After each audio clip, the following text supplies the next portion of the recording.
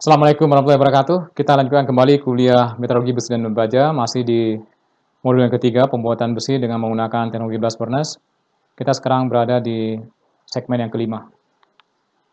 Jadi kalau misalnya Anda lihat dari awal, dari segmen pertama sampai segmen yang kelima ini, itu merupakan tahapan dari proses pembuatan besi di blast furnace. Kita sudah melihat pelan-pelan ya, dari atas, teknologi, volume, dan lain-lain ya. Sekarang kita mendekati bagian bawah dari blast furnace, tidak bicara lagi mengenai reaksi reduksi langsung dan tidak langsung ya, karena itu sudah kita lihat sebelumnya. Jadi sekarang kita akan lihat mengenai berapa sih kadar karbon yang terdapat di dalam hot metal. Jadi di bagian bawah ini, karena kita lihat sebelumnya, di segmen sebelumnya ada istilahnya dead man zone. Di situ karbonnya itu mengapung di atas permukaan dari slag maupun metal. Nah, di situ terjadi reaksi reduksi yang sangat signifikan. Kemudian karbon juga akan masuk ke dalam metal, ke dalam pig iron atau ke dalam hot metal yang merupakan produk dari blast furnace ini. Ini ada suatu persamaan yang bisa digunakan untuk memprediksi berapa sih kadar karbon di situ. Jadi karbon saturated, karbon jenuh di situ. Jadi maksimum karbon yang bisa larut dalam besi itu diprediksi dengan menggunakan persamaan ini. Anda lihat, ini suatu konstanta yang merupakan fungsi dari temperatur. Makin tinggi temperatur di dalam daerah di sini, makin banyak karbon yang larut ke dalam metalnya, yang masuk ke dalam metalnya. Kemudian begitu ada silikon, dia akan kurang karbonnya sedikit, begitu ada fosfor juga dia akan kurang karbonnya sedikit, ada sulfur juga akan kurang, kecuali ada mangan, dia karbonnya bertambah. Ini tidak lain adalah sifat-sifat dari sulfur, silikon, fosfor yang cenderung menolak karbon, kemudian yang mangan ini yang cenderung untuk menerima karbon. Sama seperti kalau misalnya Anda belajar membuat ferrosilikon, itu biasanya tidak ada karbon dalam produk ferrosilikon. Anda tidak pernah mendengar yang namanya ferroalloy dengan kandungan karbon lebih dari katakanlah 1% dalam ferrosilikon. Tetapi untuk mangan, kandungan karbonnya bisa sampai 7%. Jadi karbon ini bisa larut lebih banyak kalau misalkan ada mangan yang larut dalam metal. Ya ini kalau misalnya kita lihat sebelumnya, jadi karbon ini juga mempunyai sifat positif, artinya menurunkan temperatur leleh dari hot metal yang kita hasilkan, sehingga kita bisa melakukan proses tapping dengan mudah, kemudian punya waktu juga bagi kita untuk membuat baja, kemudian karbon itu juga bisa digunakan sebagai energi sana di BOF untuk menaikkan temperatur dari 1350 derajat Celcius menjadi 1700 derajat Celcius di bagian akhir proses dari BOF. Ini cara yang lain untuk memperkirakan atau menghitung berapa sih temperatur liquidus dari baja. Ini sebenarnya digunakan bukan untuk memprediksi berapa temperatur liquidus dari hot metal atau dari pig iron, lebih banyak digunakan untuk baja, dikembangkan sudah agak lama tahun 1951 oleh Ruser dan Wenzel dari Jerman, yang mereka mempelajari dengan menggunakan statistik seperti apa cara untuk memprediksi temperatur liquidus dari baja. Jadi ini biasanya digunakan untuk proses casting baja ya, sebelum bajanya dari LF dikirim ke continuous casting, atau untuk memperkirakan berapa sih temperatur liquidus dari baja ini, dan juga untuk mengoperasikan continuous casting biasanya harus superheatnya katakanlah di 40 derajat Celcius. Bagaimana cara menghitung dari metal, dan juga untuk memperlancar proses-proses operasi di secondary metalurgi. Itu awal penggunaan dari liquidus temperatur ini. Walaupun demikian bisa juga digunakan untuk memprediksi berapa liquidus temperatur dari hot metal. Jadi ini suatu diagram biner dari besi dan karbon. Dari besi di sini, kemudian karbon ke arahnya ke sini.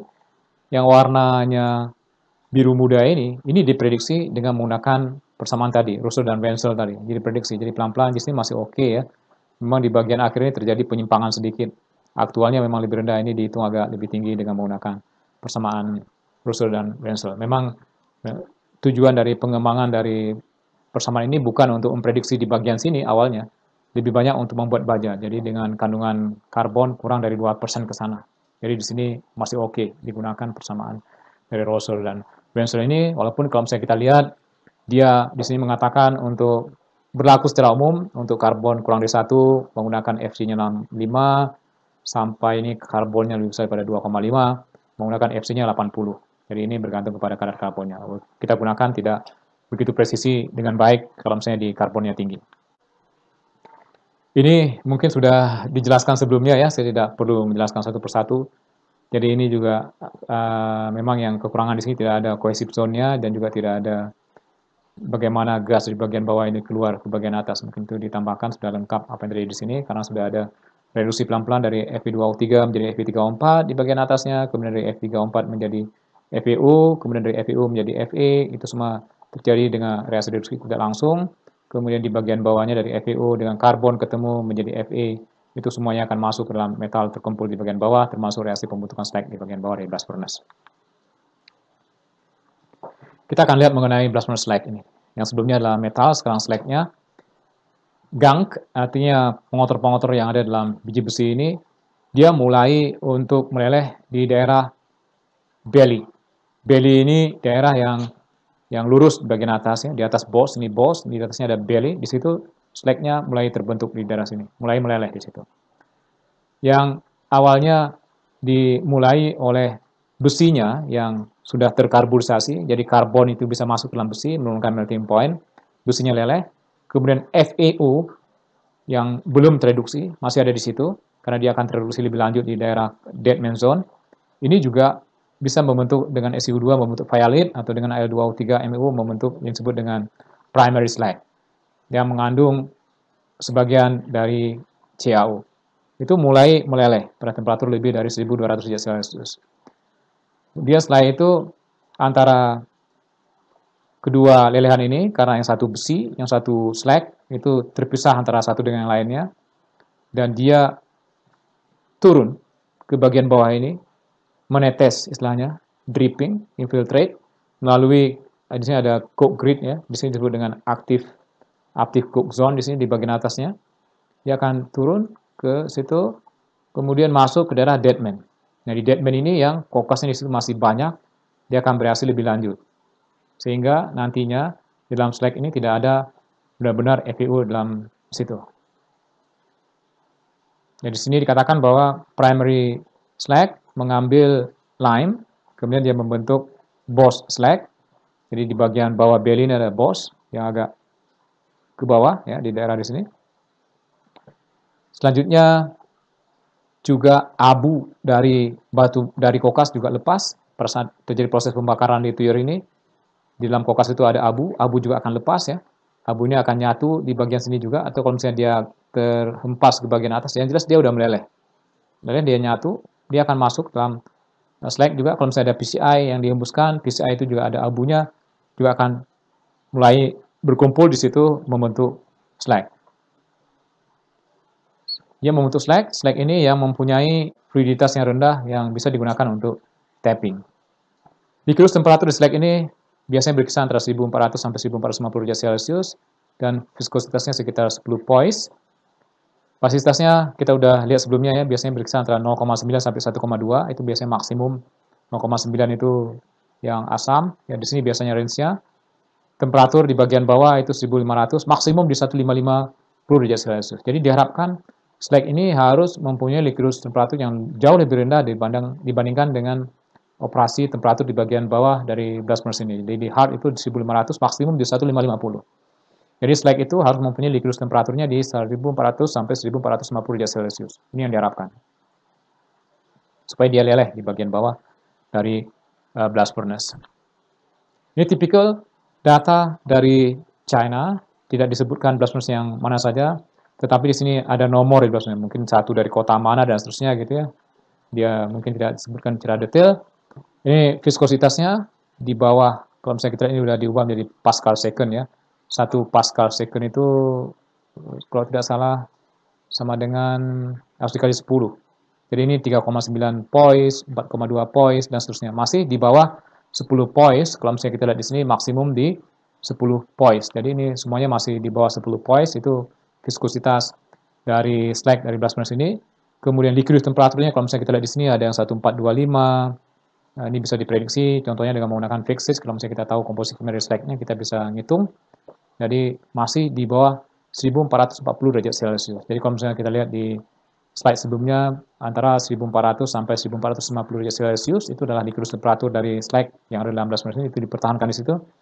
Kemudian superheat itu artinya perbedaan dari temperatur dia dengan temperatur yang ada di bagian hardnya. Di bagian hardnya temperaturnya adalah di 1500 sampai 1550 derajat Celcius. Di sini kalau misalnya kita ingin menghitung temperatur hardnya tinggal ditambahkan aja 1425 ditambah dengan 75. Artinya temperatur di hardnya itu 1500 derajat Celcius, di mana superheatnya adalah 75 derajat Celcius. Kemudian di bagian sana kita lihat bukan MgO ya, ini Mg dibagi dengan Al, jadi udah diubah ke unsurnya, Mg dibagi Al seperti itu, berkisar antara 0,4 sampai 0,8. Kemudian Ca dibagi Si, ini akan menentukan di basisitasnya, bukan CaO ini yang digambarkan, tapi Ca-nya saja. Ya, yang selanjutnya bisa dikonversi menjadi CaO dibagi dengan SiO2. Kemudian di bagian bawah ini kandungan dari MgU-nya itu maksimum biasanya di 10%, itu maksimum. Jadi diatur kurang dari 10%. Kandungan dari aluminanya juga seharusnya kurang dari 15% ya, kurang dari 20%. Kemudian di sini temperatur dari hot metalnya dari 1500 derajat Celcius, persen dia tapping ya, 1510 ya, inilah temperatur hot metalnya yang keluar di blast furnace. Yang paling bawah inilah kandungan dari Al2O3-nya, ini maksimum ya, 15%, 16% ini maksimum dari kandungan Al2O3-nya. Ini jadikan sebagai patokan biasanya kalau misalnya kita ingin mengoperasikan blast furnace yang baik, ini dijadikan sebagai reference. Ada nggak yang saya punya itu blast furnace dengan seperti ini, atau kita juga bisa mengarahkan slag dengan komposisi kimia seperti ini sehingga furnace tersebut bisa kita operasikan dengan baik. Jadi sekali lagi kita belajar ke China, ini salah satu publikasi dari China ini dari Kiesin et al. Tahun 2017. Kemudian ini tipikal komposisi kimia dari slag, jadi ini CaO-nya, SiO2, MgU, Al2O3. Kalau misalnya Anda lihat di sini tidak ada EBU, tidak ada. Kalau misalnya ada jumlahkan ini juga sudah mendekati 100%. Kalau misalnya ada yang lain, tipikalnya kecil ya TiO2 atau yang lain itu kecil sekali. Tapi inilah komponen utamanya, tidak ada EBU dalam slag dari blast furnace ini. Kemudian sini adalah temperatur diberikan hot metalnya 1500 derajat Celcius, kemudian CaO dibagi SiO2 1,22, 1,21 dan seterusnya di 1,24 itu maksimum. Kemudian ini Mg dibagi Al. Jadi yang tadi kalau misalnya kita lihat Mg-nya sekitar kurang dari 9%, Al-nya kurang dari 16%. Ya, jadi ini yang sebenarnya sudah kita lihat di awal, itu adalah tipikal komposisi kimia kalau misalnya hanya 3 komponen yang dilihat, tapi ini ada 4 komponen, ada MgO yang satu lagi, kita harus mempertimbangkan juga MgO. Warna dari slag yang keluar dari blast furnace ini biasanya warnanya seperti ini, warnanya cerah gitu ya, jadi tidak hitam. Ya, slag ini sangat baik digunakan untuk semen. Jadi ini sebenarnya diperuntukkan untuk semen di luar negeri itu, terutama di Jerman. Jerman itu sudah mulai produksi semen dari slag blast furnace itu tahun 1909. Sementara kita di Indonesia masih, kalau tidak salah ya, saya tidak tahu hari ini, masih diskusi apakah dia B3 atau bukan gitu. Masih B3 atau bukan B3. Sementara di luar negeri dimanfaatkan untuk menghasilkan uang dari slag dari blast furnace langsung dikirim ke pabrik semen. Biasanya saya pernah berkunjung juga di Jerman di ThyssenKrupp waktu itu. Ini pabrik bajanya ya besar, itu blast furnace-nya mereka produksinya totalnya sekitar 15 juta ton per tahun dengan menggunakan teknologi blast furnace. Dari jumlah slag yang dihasilkan untuk menghasilkan 1 ton baja itu jumlah slagnya sekitar 250 kg. Kita bisa ngitung berapa banyak, berapa juta ton yang dihasilkan slagnya per tahun. Jadi seperempatnya kalau misalnya 15 bagi 4 ya sekitar 4 juta ton itu jumlah slag yang dihasilkan per tahun. Jadi sebelahnya langsung berdiri pabrik semen yang tinggal memanfaatkan slag dari blast furnace ini kemudian digerus ya jadi lebih halus, kemudian dicampur dengan clinker yang dari semennya sedikit, udah jadi semen, dan semennya juga semen kualitas tinggi. Jadi kalau misalnya dilihat sini aplikasi dari semen dari blast furnace ini termasuk yang tahan terhadap serangan dari sulfat, tahan terhadap serangan dari Cl- bisa digunakan di air laut ya, di pelabuhan. Jadi sangat super kualitasnya. Nah itu di kita sekali lagi di Indonesia masih kita diskusi itu B3 atau bukan B3, atau pemerintah mengatakan bahwa itu adalah B3. Jadi komposisi slag yang ada dalam blast furnace ini kalau misalnya diplot di diagram Turner dengan 10% Al2O3 dengan beberapa pabrik yang lain di dunia juga ada di sini. Kalau misalnya Anda lihat ada di daerah melilit. Jadi mineralnya namanya melilit. Di situ melilit ya seperti perut melilit. Itu tempat di mana blast furnace slag-nya digunakan. Jadi komposisi kimia ada di daerah di situ. Nah ini penggunaan dari blast furnace di tempat lain. Ini di Jepang, itu sebagian besar digunakan untuk semen, kemudian untuk jalan, untuk tanah, untuk yang lain-lain ya. Kemudian sini di Eropa, proporsi yang paling besar adalah untuk semen, kemudian untuk penggunaan di dalam pabrik itu sendiri untuk konstruksi jalan. Jadi kalau misalnya kita lihat dari slag dari blast furnace itu ada di sini komposisi kimia, ini ada CaO, L2O3 dengan SiO2, makanya tadi MgU-nya dibatasi kurang dari berapa tadi? Kurang dari 8% ya, itu supaya bisa memenuhi bahan baku untuk pembuatan semen. Nah, tinggal mengubah dikit saja, mencampur dengan klinker dari semennya sendiri, itu udah menjadi semen Portland. Jadi di sini dilihat ada yang namanya semen tipe 3, itu disebut dengan blast furnace semen. Mulai dari tipe 2, tipe 3, dan tipe 5, itu sudah ada porsi dari blast furnace slag-nya. Tapi yang paling banyak porsinya adalah di sini di yang tipe 3 ini. Ini yang disebut dengan blast furnace cement. Seperti ini contohnya yang dijual oleh Jindal Steelworks, ya, kalau tidak salah ini kepanjangannya di India. Dia mengatakan JSW, Jindal Steelworks Cement. GGBS. Apa itu GGBS? Ground Granulated Blast Furnace Slag Cement. Ini semen yang berasal dari slag dari blast furnace. Itu ya, sekali lagi ini tinggal dicampur dengan klinker yang dari semennya untuk menaikkan kadar dari CaO yang tadi di sini menjadi ke bawah. Setelah itu diaduk, dikerus, ya, udah menjadi semen yang kualitasnya tinggi. Baik, terima kasih atas perhatiannya. Assalamualaikum warahmatullahi wabarakatuh.